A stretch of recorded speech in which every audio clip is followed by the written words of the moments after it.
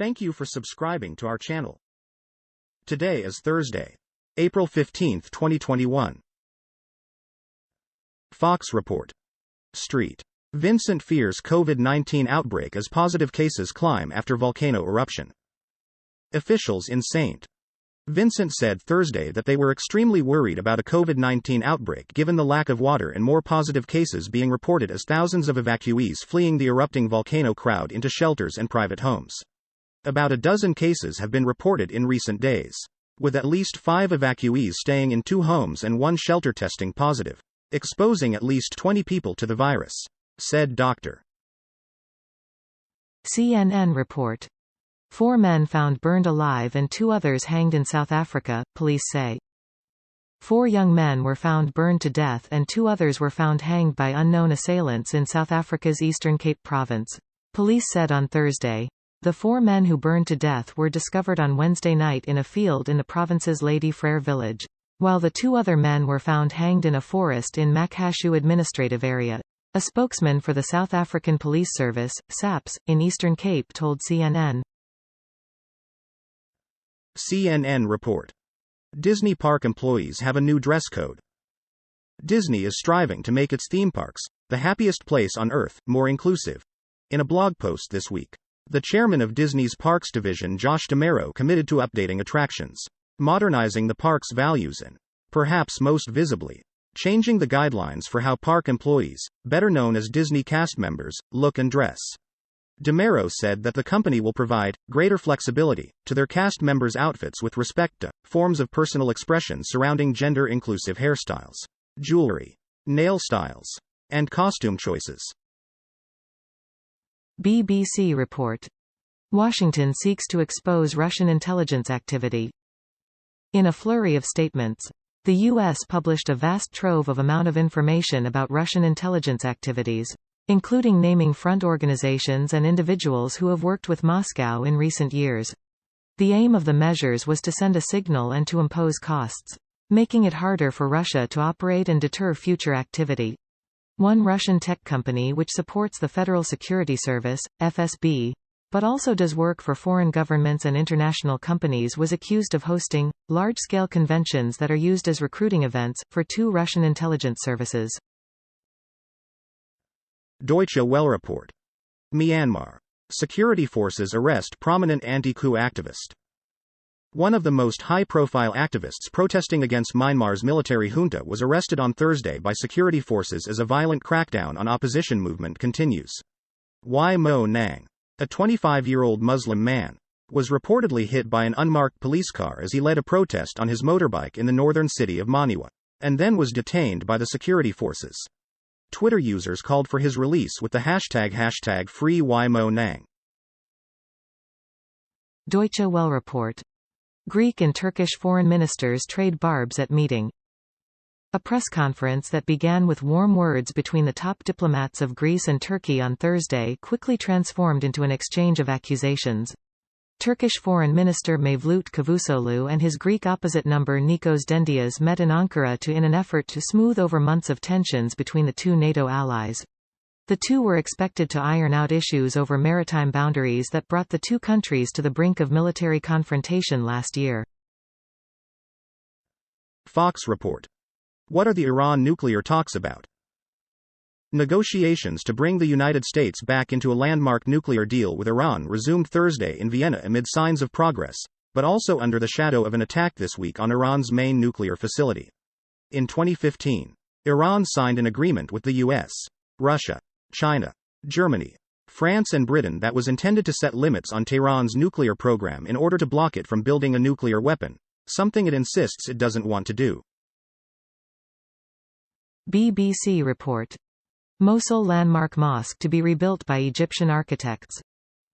The jihadists blew up the 12th century mosque in June 2017 as government troops moved to recapture the city. 3 years earlier, the group's leader Abu Bakr al-Baghdadi proclaimed a caliphate from the mosque. The rebuilding is part of the UN's Revive the Spirit of Mosul project. The 8 Egyptian architects, and their courtyard's dialogue design, were chosen from among 123 entries. The battle for Mosul lasted almost 9 months, leaving most of the city ruins. CNN report. Instagram is testing a feature that lets users choose if they want to see likes. Instagram is testing a feature that would let users decide if they want to hide likes on their own posts or posts from people they follow. The option will start with a small global test group on Wednesday. Instagrammers can also decide to keep the original experience, which includes visible likes. Instagram began testing the option to hide likes on posts in 2019, first in Canada and later around the world. Deutsche Welle report. Denmark links deadly salmonella outbreak to herbal products.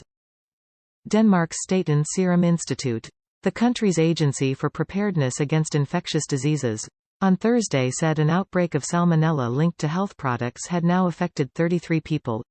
Several of those who were infected had become seriously ill, with 3 fatalities so far and 19 people hospitalized. Those found to have common bacterial disease were aged between 2 years old and 92. A common factor among all of those who became ill was that they had all taken psyllium seed husk herbal capsules. Al Jazeera report. Officer who shot Daunte Wright makes first court appearance. Kim Potter. The former Brooklyn Center, Minnesota, police officer who shot and killed Daunte Wright, made her first appearance at a Hennepin County court on Thursday.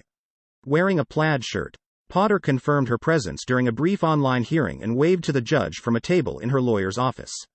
Potter, 48, was not asked any questions about the shooting or her intended plea.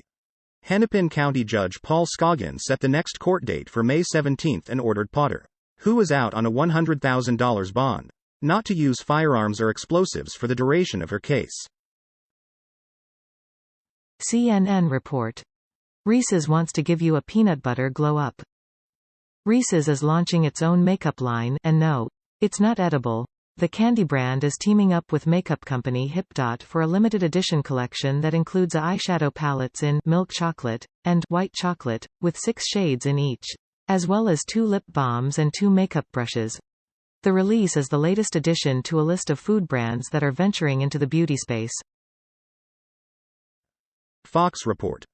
San Antonio Airport on lockdown, police confirm shooting. San Antonio police confirmed an officer-involved shooting at a parking garage on Airport Boulevard Thursday and ordered a lockdown after there had been reports of a gunman opening fire from an overpass earlier in the day. There is no active threat to the public, police tweeted shortly before 3 p.m. local time. Additional details were not immediately released by police, but the statement followed earlier reports of an active shooter at the San Antonio International Airport. BBC report. Daunte Wright. One of those kids everybody looked up to. If they pull you over, make sure your hands are on the top of the steering wheel. Don't reach for anything. Mr. Mason, speaking to the Associated Press, recalls telling the teenager. The boy, already jaded from seeing multiple cases of police brutality on the news, replied, "Man, why we gotta do all that just for people not to kill us?"